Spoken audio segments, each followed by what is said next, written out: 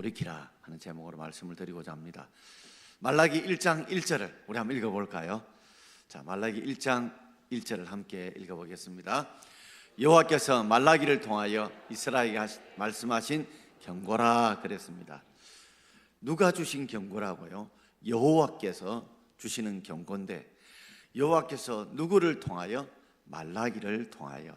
이 말라기란 이름 뜻이 여호와의 사자, 여호와의 심부름꾼이라는 뜻입니다. 하나님께서는 지금 이 땅 가운데서도 하나님께서 우리에게 경고를 하실 때 하나님의 심부름꾼인 이 목회자를 통해서 하나님께서 경고를 하시는데, 누구에게요? 이스라엘에게, 이스라엘 백성들에게, 하나님의 백성들에게 말씀으로 경고를 하십니다.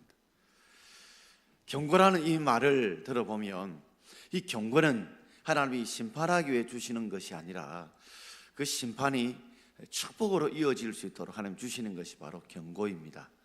우리가 축구 경기를 하게 되면 선수들이 당연히 지켜야 될 룰을 지키지 않고 반칙을 하거나 잘못된 것을 하게 되면 심판이 보고 있다가 도저히 안 되겠다 싶으면 옐로우 카드, 노란 딱지를 보여줍니다. 노란 딱지를 보여주는 이유는 그 선수를 퇴장시키는 것이 목적이 아니라 당신이 축구 선수로서 경기장에서 지켜야 될 규칙을 지키지 않거나 지나치게 이기기 위해서 반칙을 하거나 몰상식한 행동을 해서는 안 된다고 하는 그에게 신호를 보여주시는 것입니다. 그러면 그 선수가 그 노란 딱지의 신호를, 경고를 받고 조심을 해서 그 규칙을 따라 잘 경기를 하게 되면 운동장에서 쫓겨날 일이 없어요. 그런데 그 경고를 무시하고 또다시 과격하게 반칙을 하거나 잘못된 행동을 하게 되면 나중에는 빨간 딱지인 레드카드를 받게 되어지고, 레드카드를 받게 되면 당연히 축구 선수가 운동장에서 뛰어야 축구 선수지, 그러나 운동장에서 뛰고 싶어도 뛸 수 없이 그가 퇴출되어져서 쫓겨나게 되어집니다. 바로 경고는 그와 같은 겁니다.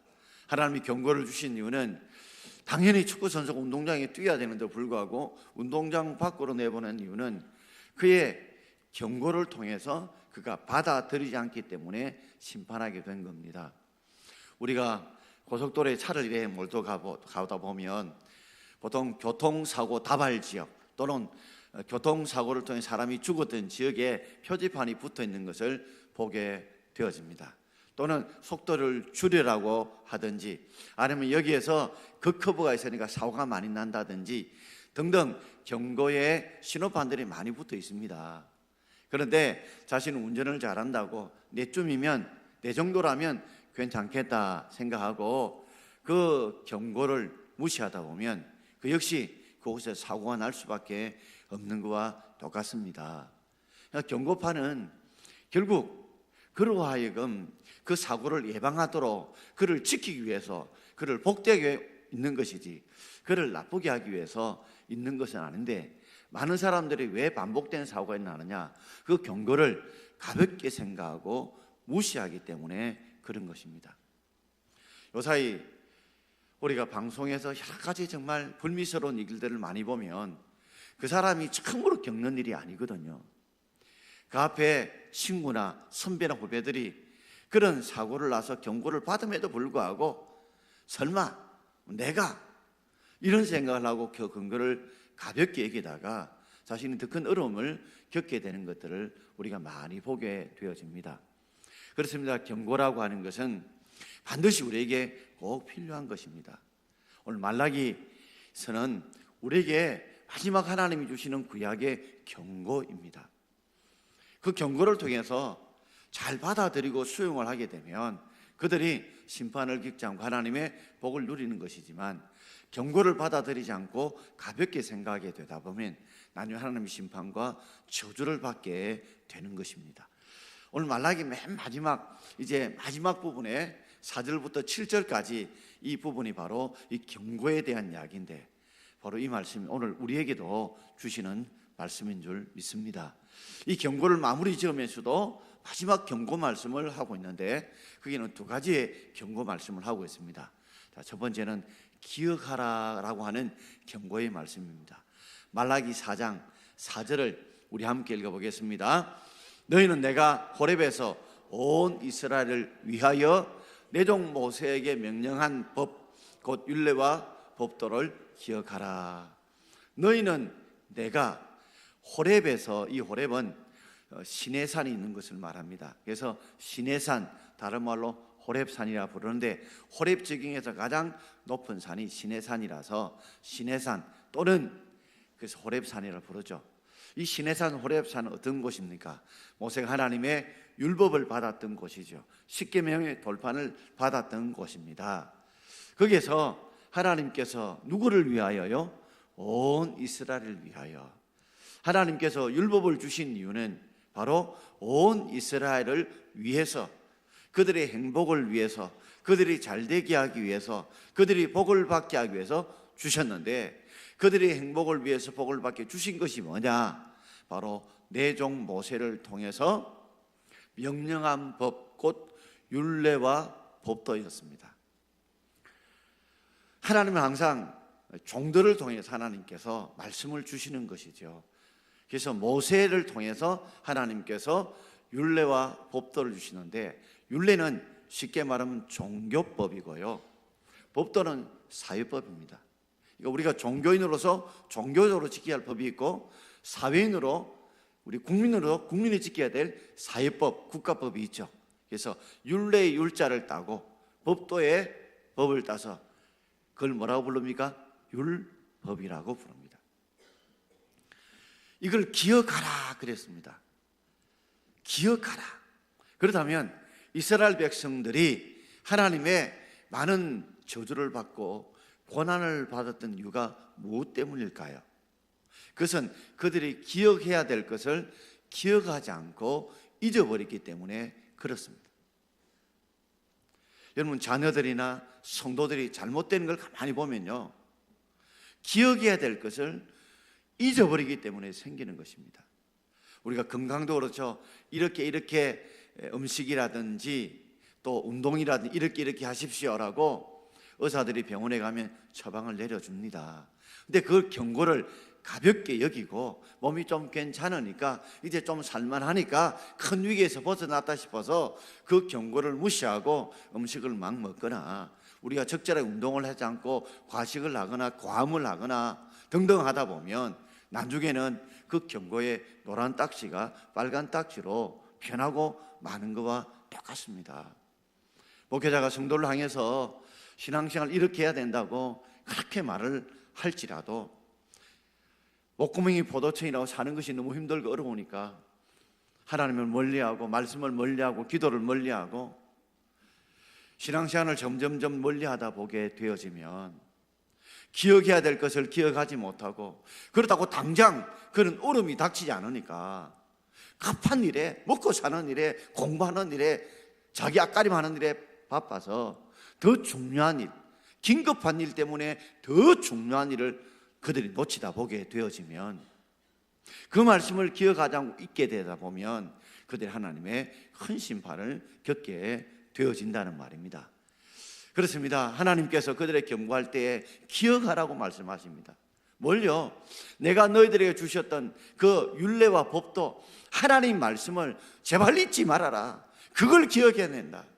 왜 하나님께서 율례와 법도를 주시냐면 바로 내가 올해 온 이스라엘을 위해서, 너희들이 잘 되라고, 너희들을 궁극적으로 하나님의 복과 은혜를 받게 하기 위해서 내가 주었는데, 세상 것 찾아오고 세상에서 마치 우상을 섬겼던 가나안 족속처럼 하나님의 백성이 그렇게 살다 보면 나중에는 하나님의 징계와 심판을 받을 수밖에 없다는 것입니다. 그러면 오늘도 내 종 모세를 통해서 하나님께서 하나님의 말씀을 기억하라고 한 것처럼, 오늘 이 시간에는 하나님의 종인 저를 통해서 오늘 여러분께 이 말씀을 전거하면서 이 경고를 가볍게 생각하지 마라, 무시하지 마라. 지금 당장 어떤 일이 일어나지 않는다고 해서, 당장 나의 삶에 큰 문제가 생기지 않는다고 해서 이 경고를 무시하게 되어지면 나중에는 생각지 않은 큰 일들이 생기게 됩니다. 여러분, 우리 몸에서 큰 나쁜 병들이, 나쁜 무엇이 갑자기 생기는 것이 아닙니다. 그것을 이미 내가 느낄 때는 늦게 되어지죠. 하나님의 경고가 있어도 당장 내 삶에, 내 건강에, 그리고 내 앞날에 큰 문제가 생기지 않고 가볍게 생각하다가 나중에는 큰 어려움을 겪게 될 때는 이미 그것이 많이 지나게 되어지고 더 많이 깊어지게 되어져 버리고 말 때라는 것입니다. 죽게 하듯하라는 책을 지었던 최의숭 장로님이 계십니다. 이 채가 차이, 최의숭 장로님이 계신데 이분의 대의 그룹, 대의 큰 뜻이라고 하는, 큰 오름이라고 하는 대의 그룹의 회장님인데, 원래 이분은 충남 대천에 지질이 못 사는 아주 가정에서 6남매로 마지로 태어난 분입니다. 너무 먹고 살기 힘든 그런 상황이었어요. 그래서 아버지는 장로님이셨는데 늘 새벽 4시가 하면 그 장로님께서 먼저 교회 종도 치시고 교회 문도 열어놓으시고, 어머니는 김건사님 부신데 늘 교회 가서 늘 청소하시고 강단을 닦으시고 그러신 분이 있습니다. 사실 어머니 아버지는 제대로 배운 분은 아니세요. 시골에서 장로님 권사님이신데 이 하나님의 율법, 하나님의 말씀을 그가 묵상하면서 이 많은 말씀 중에서 그 어머니가 6남매에게 늘 이 3가지를 이야기했답니다. 6남매를 모아놓고 어머니가 꼭 내가 평생에 어숭아 자녀를 향해서 이 3가지는 꼭 기억해라, 절대 잊어버리지 마라 하면서, 첫 번째는 주의를 꼭 성수해라. 아무리 바쁘고 힘들고 어렵고 먹고 살기 힘들고 그래도 주일은 꼭 지키되, 그리고 주일은 맨 앞자리에서 꼭 예배를 드려라. 이게 첫 번째 그 어머니가 늘 자녀들에게 했던 당부였습니다. 두 번째 당부는 너의 모든 물질은 하나님의 것이다. 하나님이 주시기 때문에 꼭 그 물질의 11조를 드려서 하나님이 너에게 주셨다는 것을 신앙으로 인정하고 고백하는 삶을 살아라. 절대로 11조를 너가 도둑질하거나 아무리 힘들고 살기 어렵다 할지라도 그것을 너가 쓰는 일은 절대 서는 안 된다. 그리고 세 번째는 제가 말씀드리기 좀 곤란하지만 주혜정 목사를 하나님의 종으로 알고 그 말씀에 순종하며 복종하며 섬기라. 보통 우리가 순종하면 내가 이해가 되니까 순순히 따르는 것이라, 복종은 내가 이해가 되지 않더라도 따르는 것이 복종이죠. 이 최의숭 장로님이 농구를 나오셔서 그 어머니 말씀을 철저하게 붙들고 살았답니다. 그럴 때 하나님이 그를 시골에서 도시로 옮겨서 대학을 다니게 하시고, 그리고 그로 하여금 자동차 부품과 그리고 IT 부품을 만드는, 자신이 고등학교 때 농구하고는 전혀 다른 길로 가게 만드셔서 큰 그룹을 이루어서 지금도 그 가족들이 얼마나 열심히 하나님을 충성하며 또 하나님 영광을 돌리는지 모릅니다. 여러분, 간단한 것 같지만 결국 복은 하나님이 주실 줄 믿습니다. 복이 뭘 통해 주시느냐? 하나님의 말씀을 지킬 때에 말씀을 통해서 오는 복인 줄 믿습니다. 세상의 복은요, 거품과 같아요. 안개와 같습니다. 그래서 마침 이 거품 같고, 이 거품 같은 이것이 마치 복이 같이 입으면 나중에 다 사라지고 없어지는 겁니다. 우리는 날마다 잊지 말아야 될 것은 정말 복을 주시는 분은 우리 하나님인 줄 여러분 믿으시길 바랍니다. 하나님 뭘 통해요? 하나님의 말씀을 통해서 복이 옵니다. 그 말씀의 통로를 목회자로 삼으시고 그 말씀을 통해 복을 주시는데, 말씀을 지키는 자에게 복을 주시고 말씀을 지키지 않는 자에게는 반드시 심판하십니다. 악인의 형통함을 여러분 부러워하지 마십시오. 형통함이 오래가지 않습니다. 반드시 심판이 오게 됩니다. 거품처럼 사라지고 안개처럼 사라지게 되어 있습니다. 그러나 하나님의 말씀을 지키는 자에게는 천대까지 하나님이 은혜를 베풀어 주실 줄 믿습니다. 헬라 대왕이었던 필립은 늘 자신이 왕이었고 절대 권력을 가지고 있었기 때문에 항상 자신의 삶을 돌아보기 위해서 매일 아침에 일어나거든 종으로 하여금 시원한 냉수 한 그릇을 가져오라고 말하면서, 냉수 한 걸 가져오면서 꼭 이 말을 큰 소리로 자신의 침실 앞에서 외치도록 명령을 했다고 합니다. 그 내용은 이겁니다. 필립 왕이여, 그대가 반드시 죽는다는 것을 기억하십시오. 명심하십시오. 이 말을 매일 아침에 시원한 냉수 한 그릇을 올 때마다 그 이야기를 하라고 한다는 겁니다.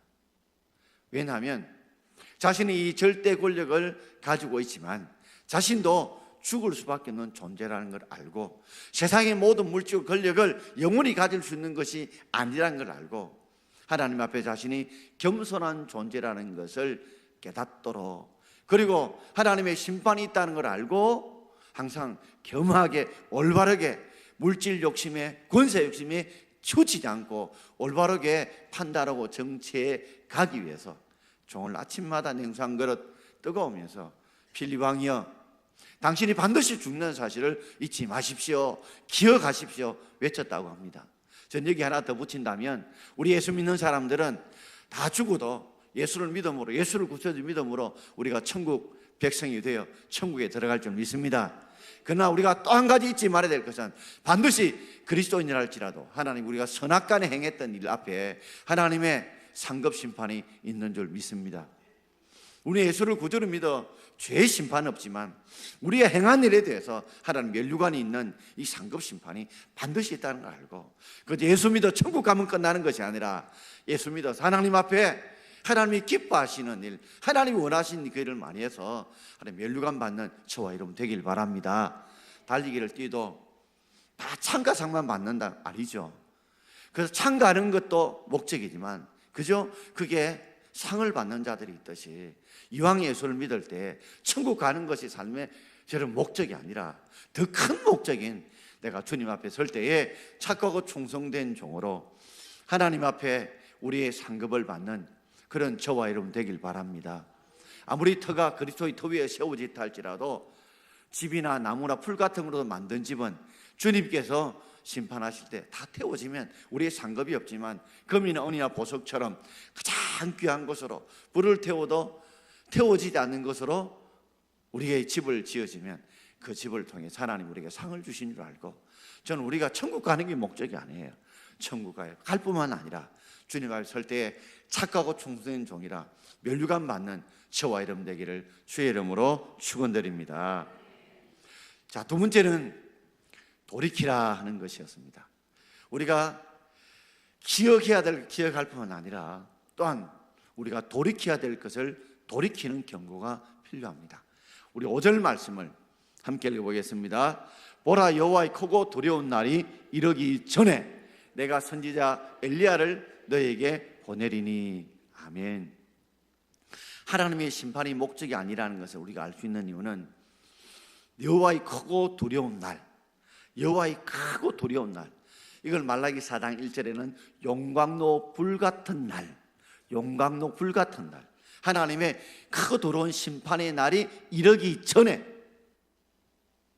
하나님은 오늘도 하나님의 백성들이 여호와의 크고 두려운 그런 심판을 받기를 원하지 않습니다. 그래서 그 전에 반드시 누구를 보냈냐 하면 하나님의 종을 보내십니다. 하나님의 종을 보내서 크고 두려운 날이 이르기 전에 하나님의 종을 보내서 그들이 심판을 받지 않도록 그들을 돌이키길 원하시는 것이 하나님의 마음인 줄 믿습니다. 그래서 하나님께서는 내가 선지자 엘리야를 너에게 보내겠다. 내가 선지자 엘리야를 보내겠다. 하나님이 선지자 엘리야를 보낸 이유가 뭘까요? 그들이 크고 두려운 날 하나님의 말씀을 기억해야 되고 그 기억한 말씀대로 순종하며 살아야 되는데 살지 않을 때에 하나님의 크고 두려운 심판을 보내게 될 것인데 마지막까지라도 그들을 건지기 위해서 하나님은 선지자 엘리야를 너희들에게 보내겠다, 그렇게 우리에게 경고하고 있습니다. 엘리야 하면 우리는 구약시대에 아주 죽은 자까지 살리시던 그 선지자 생각나죠. 엘리야 선지자를 걸어 우리는 불의 선지자라고 부릅니다. 왜 그럴까요? 갈멜산에서 누가 참 신인지 겨뤄보자. 그 엘리야 시대 때 그때 왕이 누굽니까? 아합 왕이죠. 아주 악랄한 아합 왕. 그리고 그때 그 부인은 더 악랄한 이세벨 여왕이죠. 왕비죠. 그러니까 굉장히 우상 숭배하고 타락했던 그 시대에 그때 참 신이 누구냐?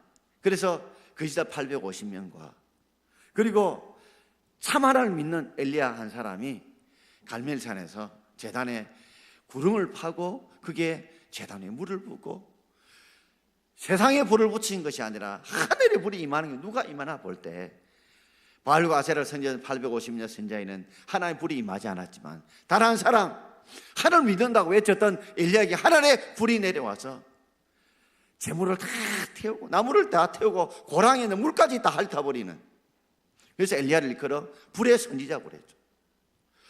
왜 엘리야를 보낸다 이 말 속이 여호와의 크고 두려운 날이라고 임할까요? 하나님의 불이 임하듯이 거기에는 심판이 임하는 날이 임한다는 거죠. 엘리야는요 죽은 자가 아니었잖아요. 구약에 죽음을 맛보자 올라간 사람 두 사람이 있습니다. 누굽니까? 에녹과 엘리야입니다. 선지자 엘리야를 보낸다라고 말씀하셨어요. 그 보내는 목적이 뭐라고요?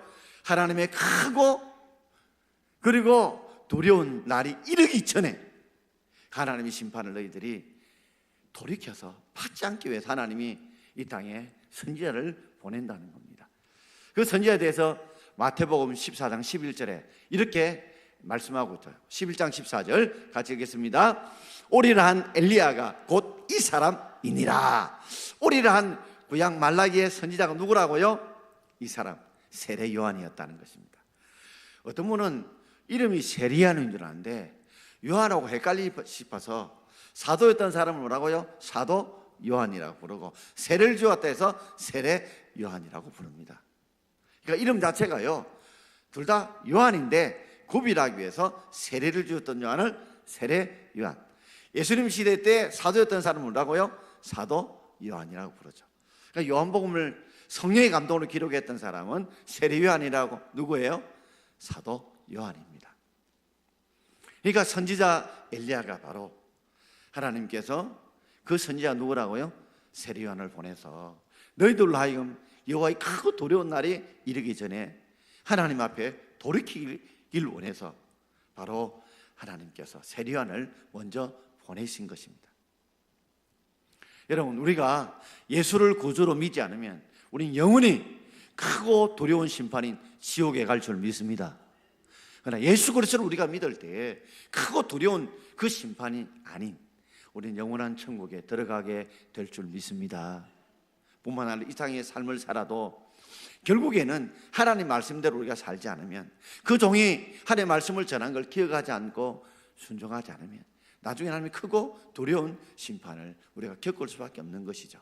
자, 그래서 6절 말씀을 말라기 4장 6절 함께 읽겠습니다. 그가 아버지의 마음을 자녀에게로 돌이키게 하고 자녀들의 마음을 그들의 아버지에게로 돌이키게 하리라. 돌이키지 아니하면 두렵건대 내가 와서 저주로 그 땅을 칠까 하노라 하시니라. 아멘. 선지자 엘리야, 하나님의 종들이 와서 하는 일이 뭡니까? 돌이키는 사역입니다. 오늘 제가 여러분께 이 말씀을 전하는 그 사역의 핵심이 뭘까요? 돌이키는 사역. 당시에 유대 사회는요 아버지가 자녀들을 사랑하지 않았대요. 그리고 자녀들도 아버지에게 효도하지 않았다고 합니다. 그래서 그가 아버지의 마음을 자녀에게로 돌이키게 만들고 또 자녀들의 마음은요 그의 아버지께로 돌이키게 만들고. 여러분, 돌이킬 때 가장 중요한 게 뭐라고? 마음입니다. 마음. 우리가 하나님께 돌아올 때 몸이 돌아오려면요 뭐가 돌아와야 된다고요? 마음이 돌아와야 돼요. 마음이 돌아와야 합니다. 오늘 여기에 몸은 앉아 있지만요 마음이 저 세상 가운데 있는 분이 계세요. 마음이 저 세상 가운데 있는 분이 계세요.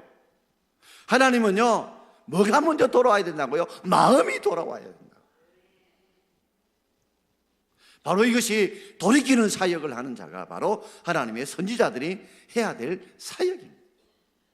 뭘 통해서요? 하나님 말씀을 기억하게 만들어서, 하나님 말씀을 기억하게 만들어서 하나님 말씀을 전함으로써 그들에게 하나님의 말씀으로 뭐요? 마음이 돌이키게 만드는 것. 그게 바로 우리 선지자, 목회자의 사명이죠. 여러분, 이걸 보면요 부모도 마음을 돌이켜야 되고요 자녀도 마음을 돌이켜야 합니다. 자녀만 돌이켜야 되는 것도 아니고 부모만 돌이켜야 되는 것이 아니고 부모도 돌이켜야 되고 자녀도 돌이켜야 합니다. 우린 종종 부모님들이 자녀를 탓하면서 너희들이 돌아와야 한다지만 곰곰이 돌아보면 우리 부모님들의 마음도 돌이켜야 되고 자녀들의 마음도 돌이켜야 될 줄 믿습니다. 그렇지 않으면, 돌이키지 않으면, 그러니까 아무리 선지자가 와서 하나님의 말씀을 기억하라고 전함으로 그를 돌이키고 싶어도 결국 돌이키는 사람도 있지만 끝까지 돌이키지 않는 사람도 있다 없다? 있다는 말이죠. 그들은 두렵건대 내가 와서, 내가 누굽니까? 메시아가 와서 저주로 그 땅을 칠까 하노라. 여호와의 크고 두려운 심판이 그 메시아를 통해서 임하여지게 된다는 거죠.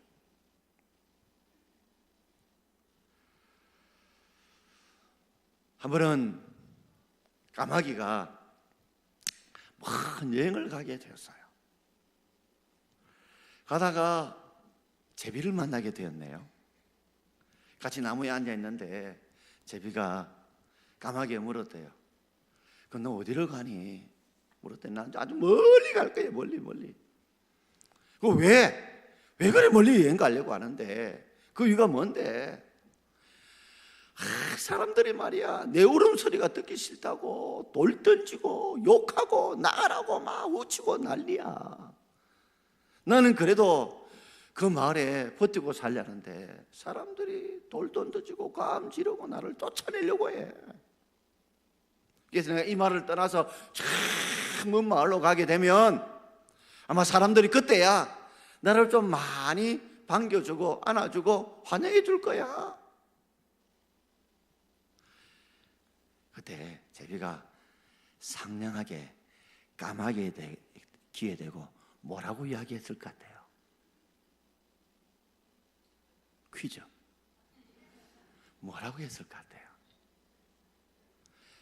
제비가 이랬대요.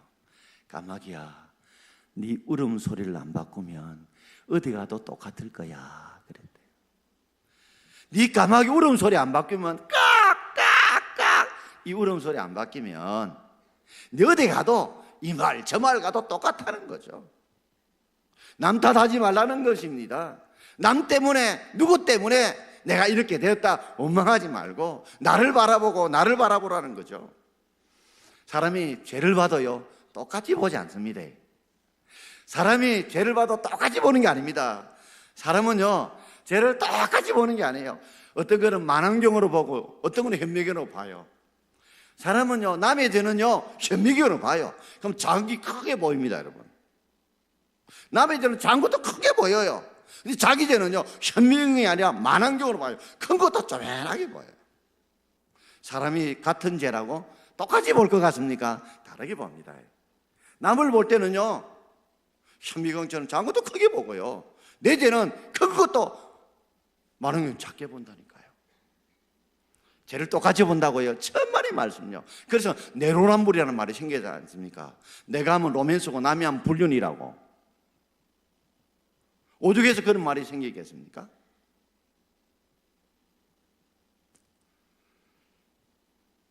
우리의 삶을 다시 한번 돌아보십시다. 저는 가장 큰 은혜가 뭐냐 물으면 자신이 죄인인 줄 철저히 알고 이 죄에서 나를 구원하실 분은 하나님밖에 없는 줄 알고 하나님께 매달려 기도하는 것이 저는 복 중에 제일 큰 복이라고 믿습니다. 여러분, 자신이 죄인 줄 알아야, 그죠? 구세주 예수 앞에 가서 죄 용서를 구하고 나의 모든 죄를 용서해달라고 매달리지, 자신이 죄를 알지 못하면, 자신이 죄인 줄 깨닫지 못하면 회개를 할 필요도 없고 하나님 앞에 매달리지도 않겠죠. 저는 중직들을 뽑을 때 조건들이 있지만 딱 하나 봅니다. 저 사람 기도하는 사람이냐 안 하느냐, 딱 그거 하나 봅니다. 왜 그걸 보느냐고요? 사람이 지금이 좀 부족하고 연약해도 기도하는 사람은요 자신이 부족을 아는 사람이에요. 하나님의 도움 없이는 살아갈 수 없다. 하나님의 은혜 없이는 살아갈 수 없다. 그러니 하나님의 도움을 내가 받아야 살아갈 수 있다. 그래서 하나님께 기도하게 됩니다. 설령 그가 좀 지금 부족하고 연약해도 기도하면 그는 지금 좀 부족해도 하나님의 도움을 구하고 용서를 구하면서 변화될 수 있지만, 아무리 지금 잘나고 열심히 해도 기도 안 하면요, 뭐라지 않아 틀림없이 교만해서 나의 나름이 지어낸 줄 알고요, 교만해서 넘어지고 자빠지더라는 것입니다. 그래서 저는 기도 안 하는 사람은 절대 중직 세워서는 안 된다는 사람 중에 한 사람입니다. 물론 교회에 와서만 기도하는 거 다 알겠죠. 집에서도 기도할 수 있고 일상생활에 기도할 수 있고 얼마든지 기도할 수 있습니다. 뭐 눈만 감고 기도해 기도입니까? 눈 뜨고도 기도할 수 있습니다, 여러분.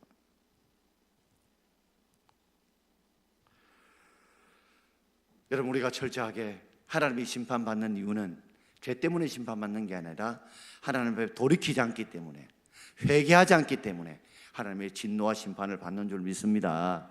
그러므로 우리가 철저히 이 죄를 하나님 앞에 돌이키고 회개함으로 하나님이 임할 그 저주를 받지 않는 저와 여러분 되기를 주의 이름으로 축원드립니다. 그렇습니다. 우리 삶을 한번 곰곰이 돌아보면 오늘 하나님 우리에게 경고를 하십니다.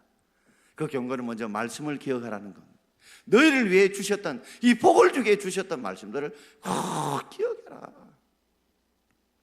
그 말씀을 보이잡고 어떻게 해요? 돌이키라는 겁니다. 부모도 돌이키고 자식도 돌이켜야 됩니다. 왜요? 돌이키지 않으면 둘일 건데 하나님의 저주가 그들 가운데 반드시 임하여지기 때문에 그렇습니다. 아무리 목회자가 선지자의 역할을 감당하며 말씀을 전해도 두렵건대 다 받아들인 것은 아니더라는 겁니다. 결국 하나님의 말씀을 무시하고 경고를 무시하다 보면 생각지 않는 그런 하나님의 심판을 받는 줄 알고 우리가 하나님 앞에 늘 깨어 기도하는 여러분 되길 바랍니다. 그것으로 이야기 하나 드리고 마치고자 합니다. 국민일보에 김용규 장로님의 간증이한테 실린 적이 있습니다. 이분은 원래 태권도 선수였는데 태권도 8단이었습니다. 그래서 사우디 항실에 태권도 교관으로 가다가 거기서 열심히 1979년을 갔는데 뜻하지 않게 이렇게 훈련을 시키다가 자신의 발목에 큰 부상이 있어서 더욱더 교관을 할 수가 없게 되었습니다.